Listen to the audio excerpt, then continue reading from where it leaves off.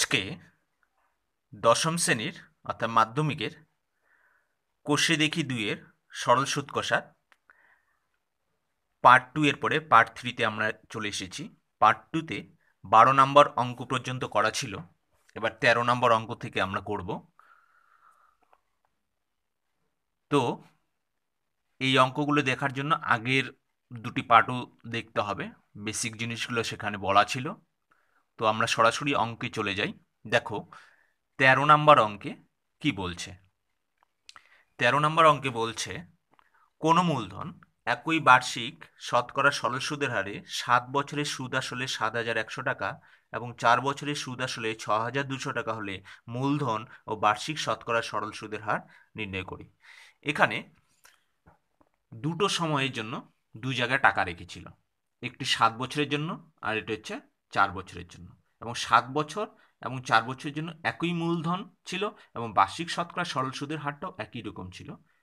তাহলে সেইটাই আমাদেরকে বের করতে বলছে যে মূলধনটা কত ছিল এবং হচ্ছে শতকরা সুদের হারটাই কত ছিল। কিন্তু এখানে কি দেওয়া আছে, সুদ আসল মিলে 7 বছরের জন্য যেটা পায় সেটা হচ্ছে 7,100 টাকা এবং 4 বছর পরে যেটা ফেরত পায় সেটা হচ্ছে 6,200 টাকা। তো চলো আমরা অঙ্কটা কিভাবে করব, একটু অন্যরকম অঙ্ক, মাধ্যমিকে খুবই ইম্পর্টেন্ট, যে চলো দেখি। তো প্রথমে আমরা 7 বছরের সুদ আসল যেহেতু ছিল 7,100 টাকা, তাহলে এটাকে আমরা ভেঙে লিখলাম আসল প্লাস 7 বছরের সুদ ইজ ইকাল টু 7,100 টাকা। এবং 4 বছরে সুদ আসল ছিল 6,200 টাকা, সেটাকেও আমরা ভেঙে লিখলাম যে আসল প্লাস 4 বছরের সুদ ইজ ইকাল টু 6,200 টাকা। এবার এটাকে আমরা বিয়োগ করলাম অপনয়ন পদ্ধতির সাহায্যে, এটাকে বিয়োগ করলাম আমরা। তাহলে এটা তো কাটা গেল, এখান থেকে কি আসে 7 থেকে 4 বিয়োগ করলে আমাদের 3 হয়, অর্থাৎ 3 বছরের সুদ এটাকে বিয়োগ করলে হয়ে গেল 900 টাকা, অর্থাৎ 3 বছরের সুদ হয়ে গেল হচ্ছে 900 টাকা। তাহলে ঐকিক নিয়মে যদি করি 1 বছরের সুদ কত হবে, নিশ্চয়ই কমবে, অর্থাৎ 900/3 ভাগ হয়ে গেল, এটাকে কাটাকাটি করে আমরা কত পাই, 300 টাকা। এরপর আসল কত হবে, তাহলে 4 বছরে আমরা সুদ হিসাবে পেলাম কত টাকা, 1200 টাকা। 1200 টাকা, তাহলে 4 বছর সুদ আসল ছিল কত, 6,200 টাকা। তাহলে আসল কত, সুদ আসল থেকে যদি আমরা সুদটাকে বিয়োগ করি তাহলে আমরা আসলটা পাই। তাহলে 4 বছরের সুদ আসল ছিল 6,200 টাকা এবং হচ্ছে সুদ হচ্ছে 1200 টাকা, তাহলে সেটা বিয়োগ করে আমরা আসলটি পেয়ে গেলাম, অর্থাৎ আসল হচ্ছে 5,000 টাকা। আমরা যে কোনো একটি যদি 7 বছর নিতাম 7 বছরটাও এখানে একই, তাহলে এখানে 7 বছরের সুদ আসলটা লিখতে হতো 7,100 টাকা, এবং 7 বছরে 4 বছর না করে 7 বছরের সুদটা বের করতে হতো। এইভাবে আমরা আসলটা বের করি। এবার যেহেতু আমরা 4 বছরের ক্ষেত্রে আসলটা বের করছি, তাহলে 4 বছর টাইমটাকে ধরে আমরা সরল সুদের হারটাকে বের করব। তো সরল সুদের ক্ষেত্রে আমরা কি জানি, আমরা জানি I is equal two PRT/100, তাহলে লিখলাম I is equal two PRT/100।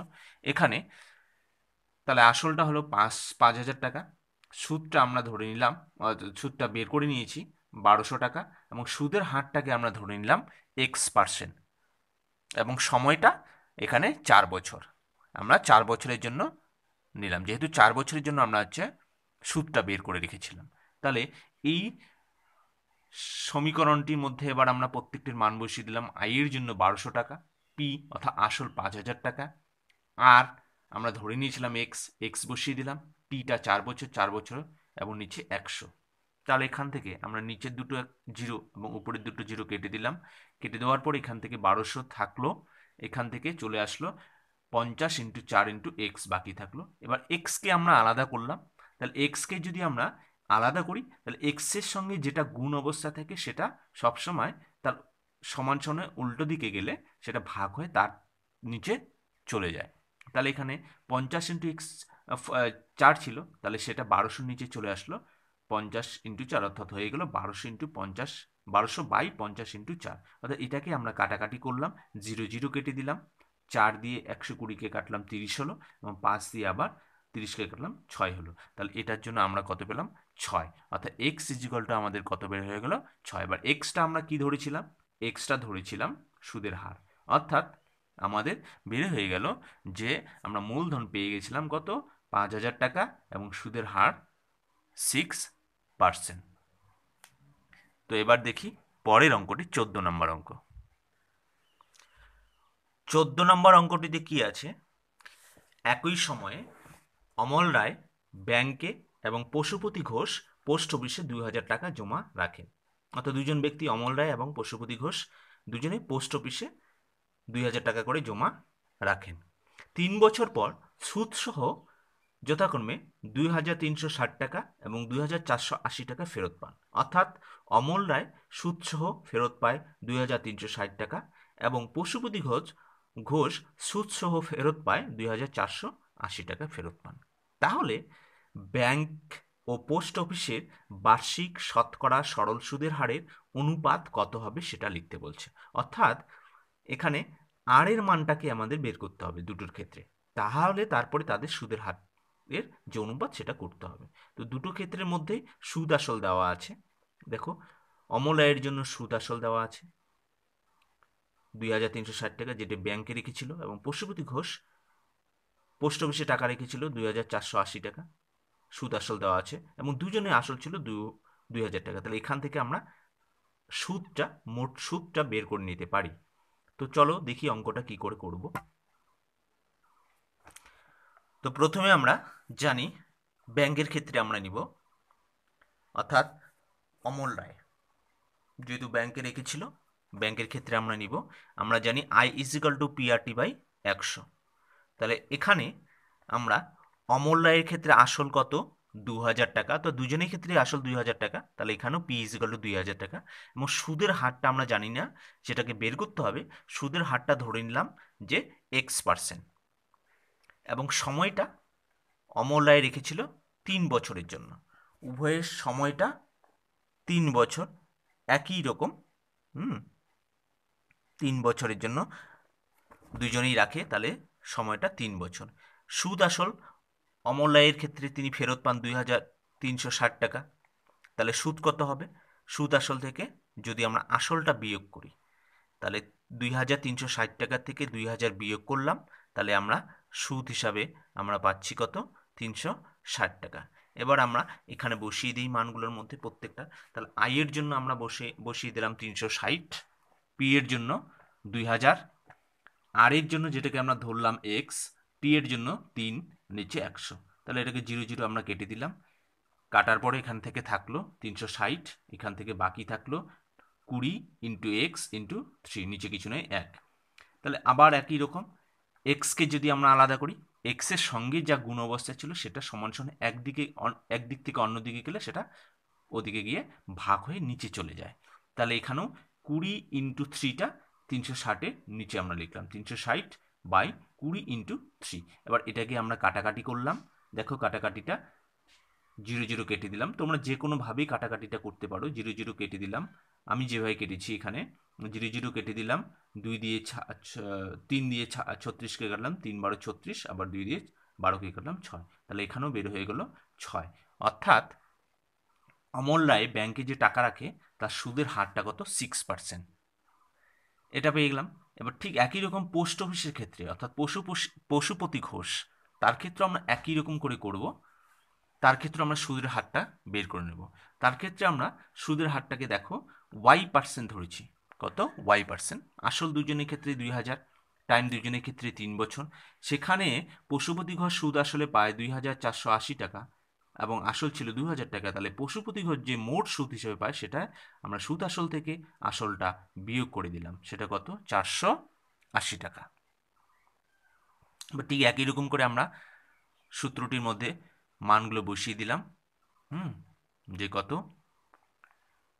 I এর জন্য 480, পি ইজিক্যাল টু 2000, আর এর জন্য ওয়াই, টি এর জন্য 3, নিচে 100। এটাকেও 0 0 কেটে দিলাম। তাহলে এখান থেকে আমরা যে 480, এখানে থাকলো 20 ইন্টু ওয়াই ইন্টু 3। তাহলে একই রকম করে ওয়াই ফ্রি করলাম, ওয়াইয়ের সঙ্গে 20 ইন্টু 3 গুণ ছিল, তাহলে সেটা ভাগ হয়ে 480 নিচে চলে আসলো। এটাকে আমরা আমার মতো করে কাটাকাটি করলাম, তোমরা যে কোনোভাবে কাটাকাটিটা করতে পারবে।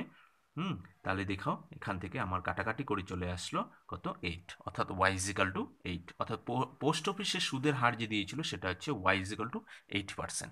এবার অঙ্কটিতে আমাদের কি বের করতে বলছিল? আমাদের সুদের হারের অনুপাতটি বের করতে বলছে। তার জন্য আমরা অনুপাত লেখার জন্য আমরা কি করলাম?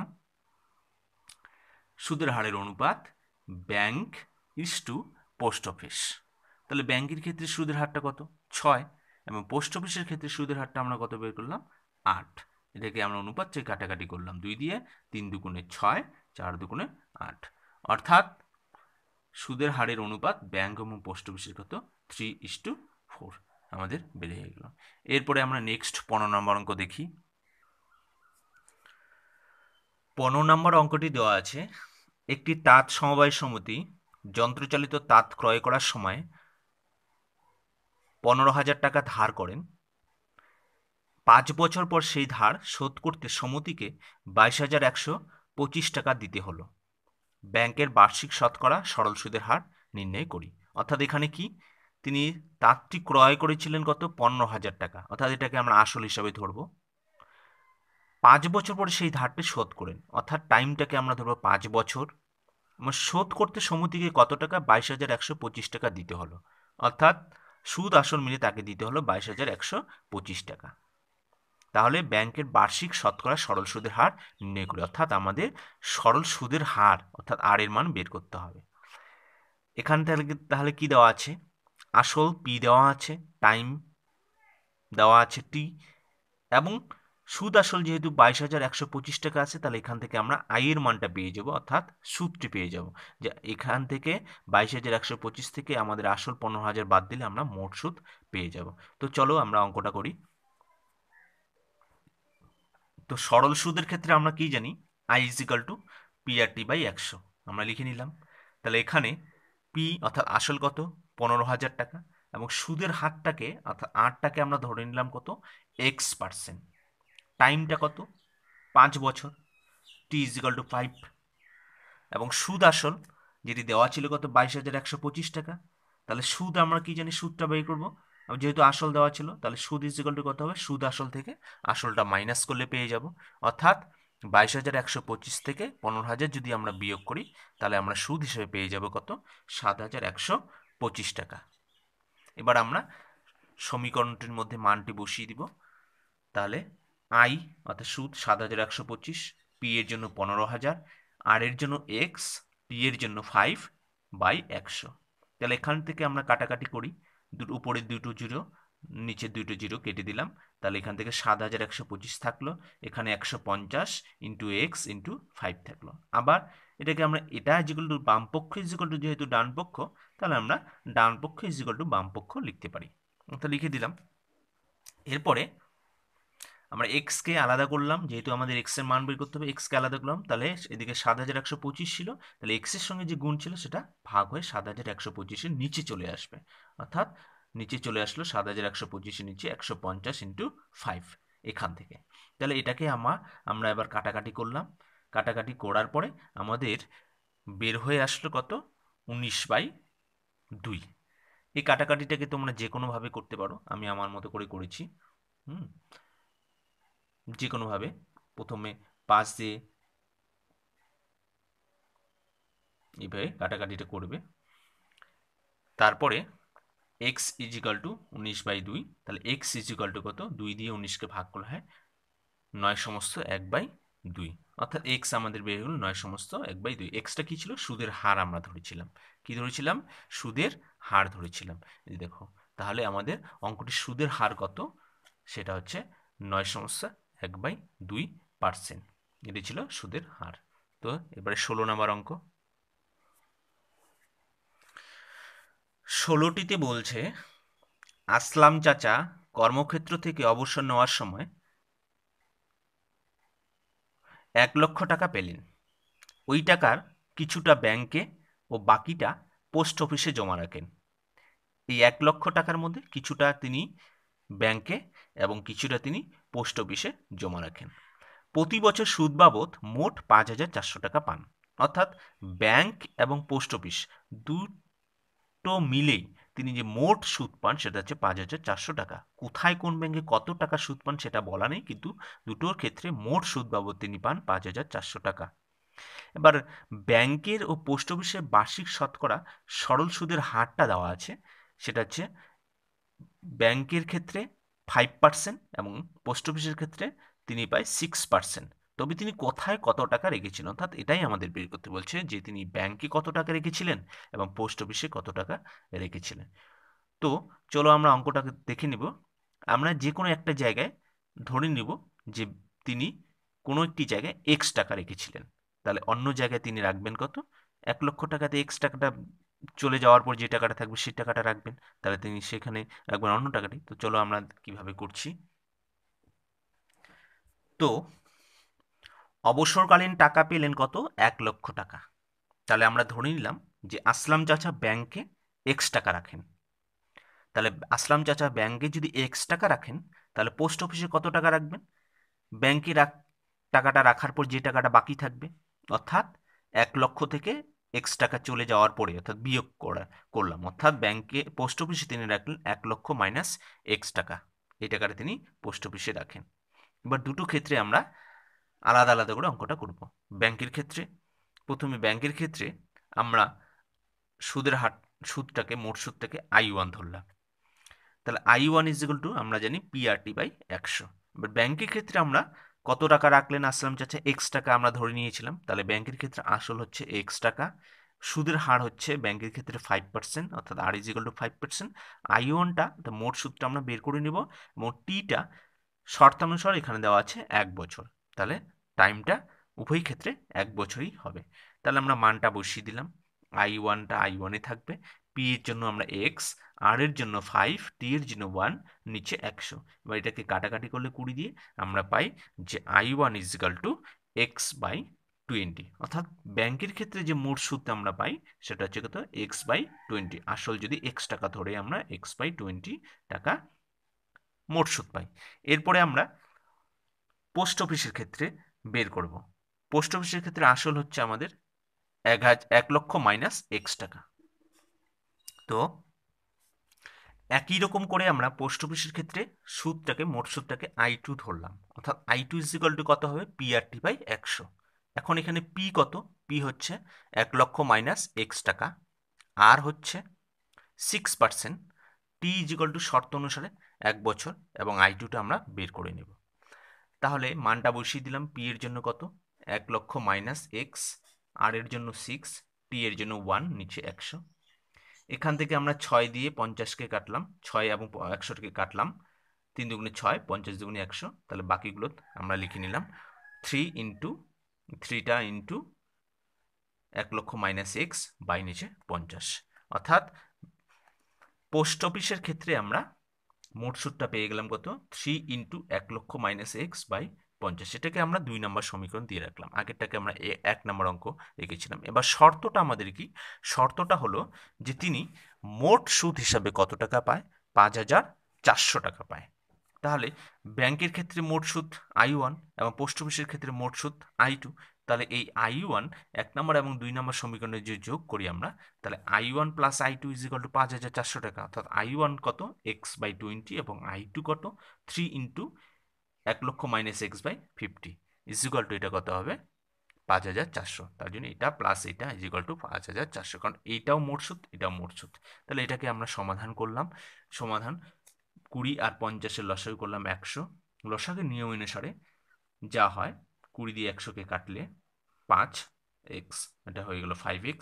50 দিয়ে 100কে কাটলে ভাগ করলে আমরা 2 পাবো, 2 দিয়ে উপরেরটাকে এটাকে গুণ করবো, 3 দুগুণে 6, এটা 1,00,000 মাইনাস এক্স, এটাই থাকলো ইজ ইকুয়াল টু 5,400। এরপরে 5x প্লাস এটাকে গুণ করে দিলাম, ধারাবাহিক গুণ। তাহলে 6 আর 1,00,000 গুণ করলে 6,00,000, মাইনাস প্লাসে minus minus 6x is equal to 5,400।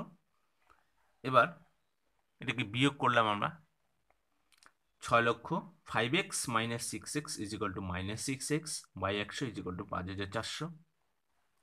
তাহলে বজ্রগুণ করলাম, 6,00,000 minus X is equal to 5,400 into 100, গুণ করলে হয় 5,400, আর 100 গুণ করলে 5,40,000, এটা পেয়ে গেলাম। তাহলে এক্স কে আমরা সদৃশ্য সংখ্যাগুলো একদিকে করলাম, minus X is equal two 5,40,000 minus 6,00,000। তাহলে 5,40,000 থেকে 6,00,000 আমরা যদি বিয়োগ করি, তাহলে এখানে আমরা পাই 60,000। তাহলে minus X is equal two minus 60,000, অর্থাৎ এক্স ইজ ইকাল টু কত 60,000, অর্থাৎ এক্স এর মানটা আমরা পেয়ে গেলাম 60,000। এক্সটা কি ছিল আমাদের? এক্সটা ছিল যে তিনি ব্যাংকে এক্স টাকা জমা রাখেন, অর্থাৎ আমরা উত্তর পেয়ে গেছি যে আসলাম চাচা ব্যাংকে এক্স টাকা অর্থাৎ কত 60,000 টাকা জমা রাখেন। তাহলে তিনি পোস্ট অফিসে কত রাখবেন? আমরা জানি পোস্ট অফিসে টাকা রাখেন তিনি 1 লক্ষ মাইনাস এক্স টাকা, তাহলে 1 লক্ষ মাইনাস 60,000 টাকা, যেহেতু ব্যাংকে 60,000 টাকা রাখেন, তাহলে বাকি টাকাটা কত থাকে? বিয়োগ করলে আমরা পাই 40,000, অর্থাৎ তিনি পোস্ট অফিসে রাখেন 40,000 টাকা। এগুলো অঙ্ক। এবার নেক্সট অঙ্ক দেখি, 17 নাম্বার। 17 নম্বর কি বলছে? রেখা দিদি তার সঞ্চিত অর্থের 10,000 টাকা দুটি আলাদা ব্যাংকে ভাগ করে একই সময়ে জমা দিলেন। একই রকম আগের অঙ্কটির মতো 10,000 টাকা তিনি দুটো ভাগ করলেন, ভাগ করে দুটি আলাদা আলাদা ব্যাংকে একই সময় জমা দিলেন। একটি ব্যাংকের ক্ষেত্রে সরল সুদের হার দেওয়া আছে 6% এবং অন্য ব্যাংকেটির ক্ষেত্রে সরল সুদের হার দেওয়া আছে 7%। অর্থাৎ প্রথম ব্যাংকের যদি তিনি সুদের হার হিসেবে শতকরা সুদের হার যদি পায় 6% এবং দ্বিতীয়টিতে পায় 7%, তাহলে 2 বছর পর তিনি যদি সুদ বাবদ মোট 1280 টাকা পান, অর্থাৎ 2 বছর পরে তিনি আবার সেই সুদ বাবদ মোট প্রথম ব্যাংক দ্বিতীয় ব্যাংক মিলিয়ে তিনি মোট সুদ পান হচ্ছে 1280 টাকা, তাহলে তিনি কোন ব্যাংকে কত টাকা জমা দিয়েছিলেন হিসাব করে লিখি। তো তোমরা দেখবে ঠিক 16 নম্বর অঙ্কটির মতোই এই অঙ্কটি, 16 নম্বর এবং 17 নম্বর সেম অঙ্ক। আগের ক্ষেত্রেও ছিল, একটি ছিল ব্যাংকের ক্ষেত্রে, একটি ছিল পোস্ট অফিসের ক্ষেত্রে, আর এই অঙ্কটি দুটি আলাদা আলাদা ব্যাংকের ক্ষেত্রে।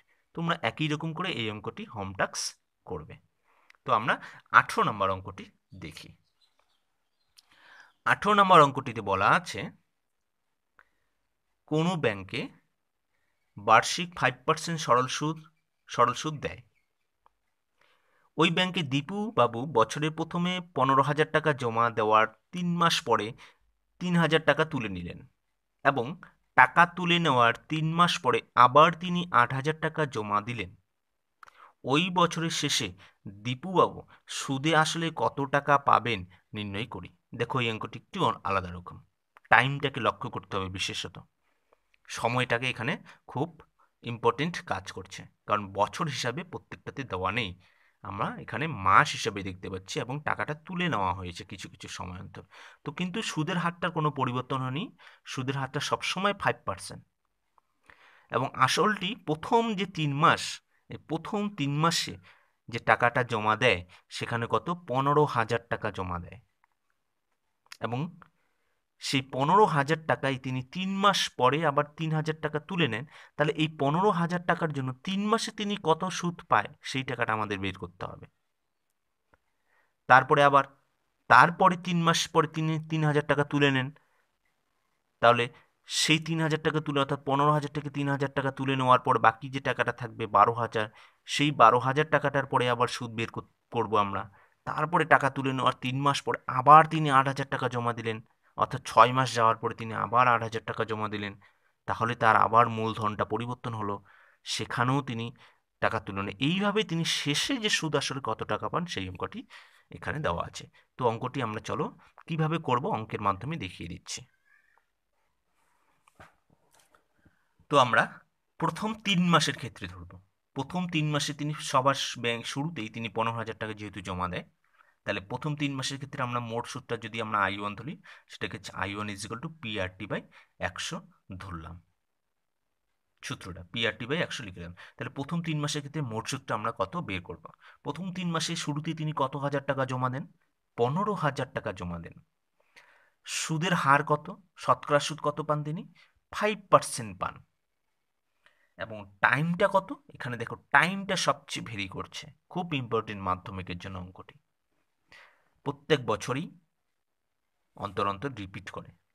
তো T ইজ ইকুয়াল টু 3 মাস, তাহলে এখানে টাইমটা আমাদের মাস, এটাকে আমরা বছর নিয়ে যাব, আমরা 12 দিয়ে তাহলে এটাকে ভাগ করব, কারণ আমরা মাস থেকে বছরে যাচ্ছি, তার জন্য এটাকে 12 দিয়ে ভাগ করলাম।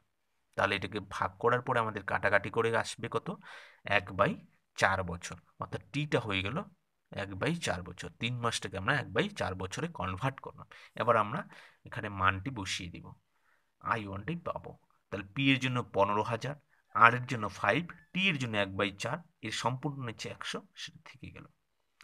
আমরা এখানে কাটাকাটিটা একটু অন্যরকম ভাবে করলাম, উপরের ভগ্নাংশগুলোকে আগে কেটে নিলাম। 4 দিয়ে 15,000কে কাটলে হয় 375, সরাসরি যদি কাটি 375, তাহলে আমরা সেগুলোকে লিখে নিলাম। তাহলে 375, এখানে একটা জিরো থেকে যাবে, এখানে একটা জিরো থেকে যাবে, 375 অর্থাৎ 3,750 ইন্টু 5। হ্যাঁ, কি হলো, এখানে একটা জিরো থেকে যাবে। তাহলে এটাকে আমরা কাটাকাটি করলাম, কাটাকাটি করে 3,750টাকে লিখে ফেললাম ইন্টু 5, নিচে 100। এরপর এটাকে 0 0 কেটে দিলাম, 5 দিয়ে 10কে কেটে দিলাম 2। তাহলে আলটিমেটলি আমাদের থাকলো কত, I1 ইজিক্যাল টু 375/2 টাকা। অর্থাৎ প্রথম 3 মাস যে তিনি সুদ হিসাবে পেলেন সেই টাকাটা কত, 375/2। এরপরে নেক্সট 3 মাস পরে তিনি আবার কি করেন, কিছু টাকা তুলে নেন, সে টাকাটা কত, 3,000 টাকা তুলে নেন। তাহলে তখন কিন্তু তার আসল মূলধন কমে গেল, কত টাকা, 3,000 টাকা কমে গেল। তাই দ্বিতীয় 3 মাসের ক্ষেত্রে আমরা I2 = PRT/100, অর্থাৎ দ্বিতীয় 3 মাসের ক্ষেত্রে যে মোট সুদ পায় সেটাকে যদি আমরা I2 ধরি, তাহলে I2 = PRT/100 হবে। তাহলে দ্বিতীয় 3 মাসের ক্ষেত্রে আসলটা কত, 15,000 থেকে 3,000 তুলে নিলেন, অর্থাৎ 15,000 মাইনাস 3,000 ইজিক্যাল টু সেখানে হবে কত, 12,000। টাকাটা কত, 12,000। এবং এক সুদের হারটার কোনো পরিবর্তন হয়নি, সুদের হার আর ইজিক্যাল টু 5%। এবার দ্বিতীয় 3 মাস ঠিক একই রকম করে আমরা শুধু 3 মাসের সুদটা পেলাম, বের করব টাইমটা। তাহলে 3 মাস এটাকে একই রকম করে আমরা কত করব, 1/4 বছর। তাহলে I2টা আমরা বের করলাম, একই রকম করে মানটা আমরা বসিয়ে দিলাম এখানে। পি এর জন্য 12,000, আর এর জন্য 5, টি এর জন্য 1/4। একই রকম করে 4 দিয়ে যদি 12,000কে কাটি তাহলে এর কত পাবো, 3,000। আমরা লিখে নিলাম 3,000 ইন্টু 5/100, এরপর দুটো জিরো কেটে দিলাম উপর নিচে। তাহলে আমাদের I2 হয়ে গেল কত, 150। অর্থাৎ দ্বিতীয় 3 মাসের ক্ষেত্রে যে সুদ হিসাবে পায় সেই টাকাটি কত, 150, শুধু দ্বিতীয় 3 মাসের ক্ষেত্রে 3,000 টাকা তুলে নেওয়ার পর। এরপরে দ্বিতীয় 3 মাস চলে যাওয়ার পর বাকি টাইমটা কত থাকলো, 6 মাস। এবার এই বাকি 6 মাসের ক্ষেত্রে আমরা বের করব যে তিনি সেখানে মোট সুদ হিসেবে কত পায়। তো দেখো, বাকি 6 মাসের ক্ষেত্রে আমরা I3 ধরলাম, I3 = PRT/100। এবার বাকি 6 মাসের ক্ষেত্রে তিনি কি করেন, আবার 8,000 টাকা কিন্তু জমা দেন। তা লাস্ট তার মূলধন কত থাকলো, 3,000 টাকা তুলে নেওয়ার পর সেখানে ছিল মূলধন 12,000। এবার তিনি আবার দ্বিতীয় 3 মাসের পরেই তিনি আবার 8,000 টাকা জমা দেন। এবার তার মোট মূলধন হয়ে গেল কত, 12,000 প্লাস 8,000, অর্থাৎ 20,000 টাকা। এটাকে ভালো করে খেয়াল রাখবে। তাহলে আর ইজিক্যাল টু কত, 5%। টি ইজিক্যাল টু কত, এবার 6 মাস। এই 6 মাসকেও আমরা বছরে যদি কনভার্ট করি তাহলে 12 দিয়ে ভাগ করলাম, 12 দিয়ে ভাগ করে সেটা হচ্ছে 1/2 বছর। অর্থাৎ 6 মাস মানে আমরা কি জানি, অর্ধেক বছর, অর্থাৎ 1/2 বছর। ঠিক একই রকম করে আমরা মানগুলো বসিয়ে দিলাম। I3, পি এর জন্য আমরা 20,000 টাকা, আর এর জন্য 5%, টি এর জন্য আমরা বসিয়ে দিলাম 1/2 বছর, নিচে 100। তাহলে 2 দিয়ে আমরা 20,000কে কাটলাম, সেটা কত, 10,000 হবে। তাহলে I3 = 10,000 ইন্টু 5, নিচে কত, 100। এর পরের লাইনে আমরা উপর থেকে দুটো দুটো করে জিরো কেটে দিলাম, তাহলে বাকি থাকলো 5 ইন্টু 100, 5 ইন্টু 100 করলে হচ্ছে 500, অর্থাৎ I3 = 500। অর্থাৎ বাকি যে 6 মাস, লাস্ট যে 6 মাস টাকাটা থাকলো তার জন্য তিনি মোট সুদ হিসাবে কত বলেন, 500। অর্থাৎ প্রথম ক্ষেত্রে তিনি 375/2 টাকা সুদ হিসেবে পায়। দ্বিতীয় 3 মাসের ক্ষেত্রে তিনি 3,000 টাকা তুলে নেওয়ার পর যে সুদটা সেটা হচ্ছে 150 টাকা পায়, এবং বাকি 6 মাসের ক্ষেত্রে তিনি সুদ হিসেবে পেলেন কত, 500 টাকা। তাহলে আমাদেরকে বের করতে বলছে বছরের শেষে মোট সুদ হিসেবে তিনি কত টাকা, সুদ আসল হিসেবে তিনি কত টাকা পান। তাহলে সুদ এবং আসল, বছরের শেষে তার আসল হয়ে দাঁড়ালো কত, 20,000 টাকা। এবং সুদ কত I1 plus I2 plus I3 টাকা। এটা 4 বছর শেষে যে সুদ আসলে টাকাটা পাবে সেটা। তাহলে আমরা আসল 20,000 টাকা, প্রথম বছরে 375/2, I2 ইকুয়াল টু 150, I3 দ্বিতীয় বছরের ক্ষেত্রে সুদ হিসেবে 500 টাকা আমরা বসিয়ে দিলাম। তাহলে 2000 প্লাস 375/2, 150, 500 যোগ করলাম 650, তারপরে আবার 20,650 যোগ করলে 20,650 প্লাস 375/2, 20,650 প্লাস 375কে 2 দিয়ে ভাগ করা হয় 187.5 টাকা। তাহলে এটা সম্পূর্ণটা যোগ করলে আমাদের বের হয় 20,837.5 টাকা। অর্থাৎ তিনি বছরের শেষে যে সুদ আসল হিসাবে পান, সেই সুদ আসল হিসাবে তিনি কত টাকা পান? এই 20,837.5 টাকা। এবারে নেক্সট অঙ্ক 19 নাম্বার। রহমত চাচা একটি বাড়ি তৈরি করার জন্য বার্ষিক 12% সরল সুদের হারে 2,40,000 টাকা ব্যাংক থেকে ধার নেন। ধার নেওয়ার 1 বছর পর তিনি বাড়িটি প্রতি মাসে 5,200 টাকায় ভাড়া দেন। ধার নেওয়ার কত বছর পরে তিনি বাড়ি ভাড়ায় আয় থেকে ব্যাংকের টাকা সুদসহ শোধ করবেন, সেটা আমাদের বের করতে বলছে। তো এখানে দেখো, রহমত চাচা একটি বাড়ি তৈরি করার জন্য 12% সরল সুদের হারে কত টাকা ধার নেয়? 2,40,000 টাকা ধার নেয়। এটা আছে তার আসল টাকা। ব্যাংক থেকে ধার নেন। ধার নেওয়ার 1 বছর পর তিনি বাড়িটি প্রতি মাসে ভাড়া দেন। কত টাকা? ধার নেওয়ার কিন্তু 1 বছর পরে 5,200 টাকা হিসাবে ভাড়া দেন। তাহলে ধার নেওয়ার কত বছর পরে তিনি বাড়ি ভাড়া আয় থেকে, অর্থাৎ তিনি বাড়ি ভাড়ার আয় থেকেই ব্যাংকের টাকাটা সুদ সহ, সুদ আসল মিলে তিনি শোধ করবেন, সেটা বের করতে বলছে। চলো অঙ্কটি কিভাবে বের করব। ধরি তিনি x বছর পরে সুদ আসলে টাকাটা পরিশোধ করবেন। আমরা ধরে নিলাম টাইমটা হচ্ছে x বছর পরে সুদ আসলে টাকাটা পরিশোধ করবেন। তাহলে এখানে আসল টাকাটা কত? তিনি ধার নেন 2,40,000 টাকা। তাহলে এটাই হচ্ছে আসল, 2,40,000 টাকাটা হচ্ছে আসল। সুদের হার এখানে দেওয়া আছে কত? 12%, অর্থাৎ আর ইজ ইকুয়াল টু 12%। তিনি ঘর ভাড়া দেন কত? মাসিক 5,200 টাকা করে ঘর ভাড়া দেন। অর্থাৎ তিনি বছরে কত বাৎসরিক ভাড়া হিসেবে তিনি কত পান? তাকে 12 দিয়ে আমরা গুণ করলাম। মাসে যদি 5,200 টাকা, তাহলে 12 মাসে কত? 5,200 ইন্টু 12 টাকা, অর্থাৎ কত? 62,400 টাকা তিনি, অর্থাৎ বাড়ি ভাড়ার বছরে টাকা হিসেবে পান তিনি 62,400 টাকা। এই টাকাটা তিনি পান। এবার সরল সুদের ক্ষেত্রে আমরা কি জানি? সচরাচর আমরা জানি I is equal two PRT/100। তাহলে আমরা লিখে নিলাম I is equal two PRT/100। তাহলে এখানে আসল কত? 2,40,000, আর সুদের হার কত? 12%, এবং টাইমটাকে আমরা ধরে নিয়েছিলাম কত? x, তার জন্য আমরা x বসিয়ে দিলাম বাই 100। এরপর এখানে আইটা, এটাকে আমরা উভয় দিকে দুটো জিরো কেটে দিলাম উপর নিচে, তাহলে বাকি এটাকে গুণ করলে আমাদের হয় 28,800 ইন্টু এক্স টাকা। অর্থাৎ তিনি এই টাকাটি মোট সুদ পায় 28,800 এক্স টাকা সুদ হিসেবে পান। এরপরে তিনি বাৎসরিক ভাড়া হিসেবে, বাড়ি ভাড়া হিসেবে কত টাকা পান প্রত্যেক বছর? আমরা বের করে নিয়েছিলাম 62,400 টাকা। এই টাকাটা তিনি বাড়ি ভাড়া হিসেবে বছরে পান। তাহলে কিন্তু তিনি বাড়ি ভাড়াটা কত দিনের পরে দেয়? 1 বছর পরে দেয়। তার জন্য 1 বছর পর থেকে বাড়ি ভাড়া যেহেতু দেন, তাহলে মোট টাইমটা হচ্ছে কত? মোট টাইমটা ছিল এক্স, তার 1 বছর আমরা মাইনাস করে নিলাম, অর্থাৎ এক্স মাইনাস 1 বছর, যেহেতু 1 বছর পর তিনি বাড়ি ভাড়াটা দেন। অর্থাৎ তিনি যে বাড়ি ভাড়া থেকে আয় করেন সেটা 1 বছর পরের থেকে শুরু হয়।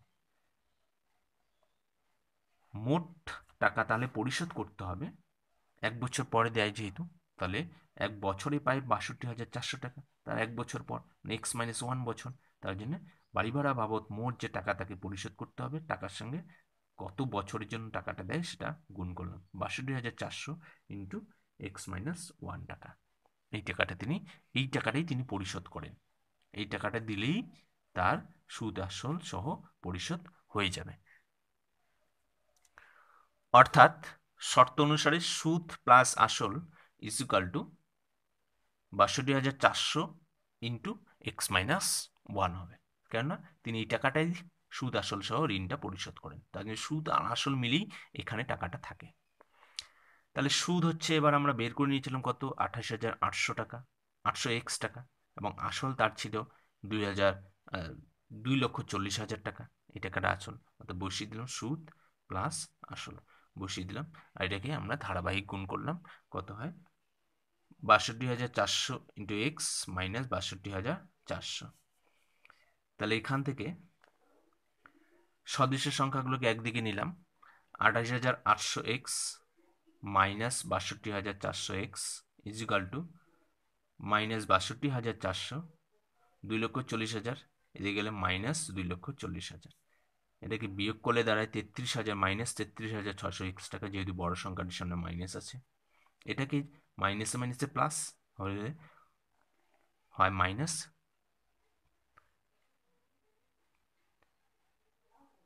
৩,২৪,০০০ টাকা।